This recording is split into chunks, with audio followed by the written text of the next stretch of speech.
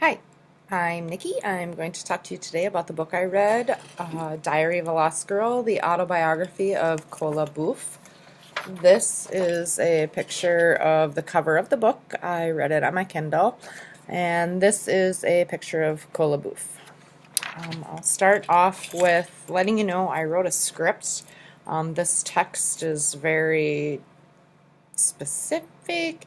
It's kind of harsh at times, and I don't want to give a whole lot of it away, so I try to write it out to make sure I wasn't giving too much.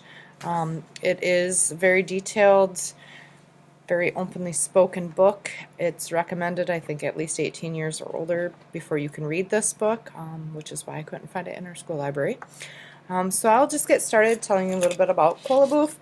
Her real name is Naimi Bint Harith. She's written an emotional account of her own harrowing tale of survival. She was born in the Sudan in March of 1972 to an Arab Egyptian archaeologist and his wife. She was orphaned at the age of 7, they think. She's not 100% sure when her real birthday is. She's been told by different relatives and other people within a year. So she kind of went with, at 7, she arrived in the United States. Or she was 8 when she was in her bedroom and heard her parents being murdered for speaking out against the government's involvement in the revival of the slave trade. After that, she was abandoned by her maternal grandmother, who was Egyptian but didn't like her because she was too dark in color. They wanted their family to be light-skinned. After that, she was able to find temporary political asylum in Great Britain. She lived there for about a year and then arrived into the United States, just kind of a terrified wreck, which I don't blame her. She was adopted by a kind African-American family that lived in a residential area of Washington, D.C. This family, the father felt it was his duty to adopt children who have suffered and give them a good home. So there were several kids that lived there. On top of hearing her parents being murdered, she suffered female circumcision, a heart attack, and I believe she was like 8. It was right after she arrived in the United States. She had a heart attack from all the stress and anxiety. She was betrayed by a bisexual boyfriend who, there's a twist and I don't want to say too much. She was molested, she was raped, she was discriminated upon, she was banished from the United States for a while. She was also banished from other things. She was accused of being a witch, and most of this took place all before she was even a teenager.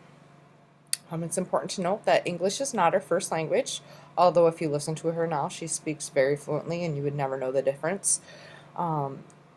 She was about 14, I think, before she became fluent in English. So when she arrived in the country, not only did she have all that, she lost her mom and dad, her grandma gave her up, but she also had to face the fact that she had to learn a new language and new lifestyle, and wasn't quite sure what to do with it all.